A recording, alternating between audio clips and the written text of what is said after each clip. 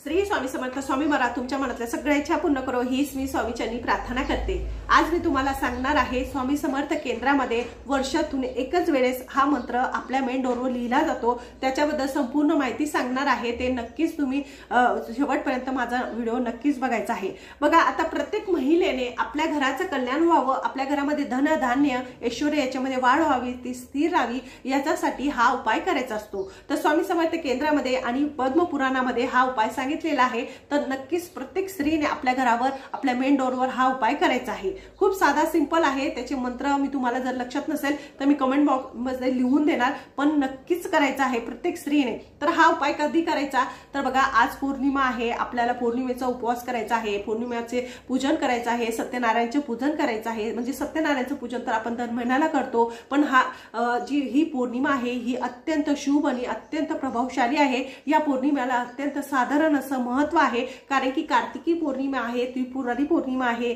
750 वाती आपल्याला आज जाळायच्या आहे आणि कार्तिक पौर्णिमेच्या दिवशी आपल्याला कार्तिकी स्वामींचं दर्शन घ्यायचं आहे, कारण की कार्तिकी स्वामींचं दर्शन वर्षातून एकच वेळेस होतं आणि ही स्त्री जर कार्तिकी स्वामींचं दर्शन घेते तिचं आयुष्याचं कल्याण होतं, ती अखंड सौभाग्यवती राहते, तिच्या घरामध्ये धन धान्य ऐश्वर्य यांच्यामध्ये वाढ होते। त्याच्यामुळे आपल्याला वर्षातून एकच वेळेस कार्तिकी स्वामींचं दर्शन घ्यायचं असतं स्त्रीने। तर प्रत्येक स्त्रीने कार्तिकी स्वामींचं दर्शन घ्यायचं नसेल आजूबाजूला तर मंदिर, तर तुम्ही स्वामी समर्थ केंद्रामध्ये सुद्धा जाऊ शकतात, दर्शन घेऊ शकतात। आता मी तुम्हाला स्वामी समर्थ केंद्रामध्ये जो उपाय सांगितलेला आहे तो सांगते। बघा, स्वामी समर्थ केंद्रामध्ये बघा, आज पौर्णिमा आहे, तर आपल्याला आपलं जे मेन डोर आहे ते स्वच्छ पुसून घ्यायचं आहे। स्वच्छ पुसल्यानंतर तुम्हाला काय करायचं, जे आपला उंबरा आहे त्याला हळदीचं लेपन करायचं आहे, 2 स्वस्तिक काढायचं आहे, एक कुंकवाचं आणि एक कुंकवाचं आणि एक हळदीचं तुम्हाला स्वस्तिक काढायचं आहे। तुमच्या मेन डोरवर तुम्हाला मंत्र लिहायचा आहे। आता मी तुम्हाला सांगते मंत्र कधी लिहायचा, तर संध्याकाळी चंद्रोदय झाल्यानंतर, ज्यांचा उपवास असेल बघा, काही स्त्रिया चंद्रोदय झाल्यानंतर उपवास सोडतात, तर चंद्रोदय झाल्यानंतर आपल्याला हा एक मंत्र आपल्या मेन डोरवर काढायचा आहे। म्हणजे मेन डोरच्या मागच्या साईडला तुम्हाला हा मंत्र लिहायचा आहे। आता मंत्र लिहिताना तुम्हाला काय करायचं आहे सांगते।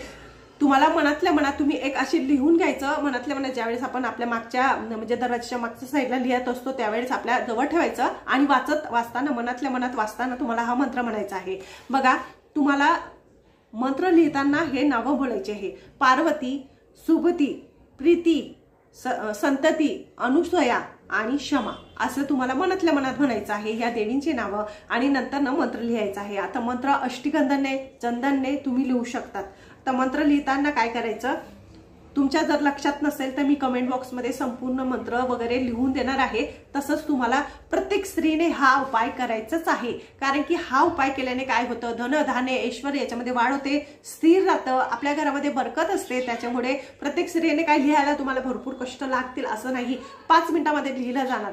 चंद्रोदय झाल्यानंतर संध्याकाळच्या टायमाला तुम्हाला मंत्र लिहायचा आहे। आता मंत्र सांगते तुम्हाला, बघा, हा मंत्र लिहायचा आहे आपल्या दरवाजाच्या मागच्या साईडला। तर कार्तिकीय, खडगी, वरुण, हुताश, शुक असा हा मंत्र तुम्हाला तुमच्या मागच्या दरवाजाच्या मागच्या साईडला लिहायचा आहे। कमेंट बॉक्सवर लिहून देणार, मी ज्यावेळेस व्हिडिओ करत असते त्याच्यावरती तुम्हाला हे मंत्र संपूर्ण दिसतील, तसंच तुम्हाला लिहायचं आहे। तर अशा प्रकारे आज आपल्याला पौर्णिमेचे पूजन म्हणजे सत्यनारायणचं पूजन करायचं आहे। 700-750 वाती तुम्हाला आज जाळायचं आहे, भगवान शिवांचं स्मरण करायचं आहे, मंत्र उच्चार करायचा आहे। नंतर ना तुम्हाला मंत्र म्हणजे ते वाती जाळताना तुम्हाला मृत्युंजय मंत्र म्हणायचा आहे। तुम्ही भगवान शंकरांच्या मंदिरात सुद्धा जाऊ शकतात किंवा तुम्ही घरी सुद्धा तुम्ही सत्यनारायणचे पूजन केल्यानंतर जाळू शकतात। आणि आज तुम्हाला तुळशी विवाह सुद्धा करता येईल। तुळशी विवाह जर कुणी केला नसेल तर आज शेवटचा दिवस आहे, आज तुम्ही तुळशी विवाह सुद्धा करू शकतात। अत्यंत खूप फलदायी, अनंत प्राप्ती, अनंत पुण्याची प्राप्ती करून देणारा हा दिवस आहे।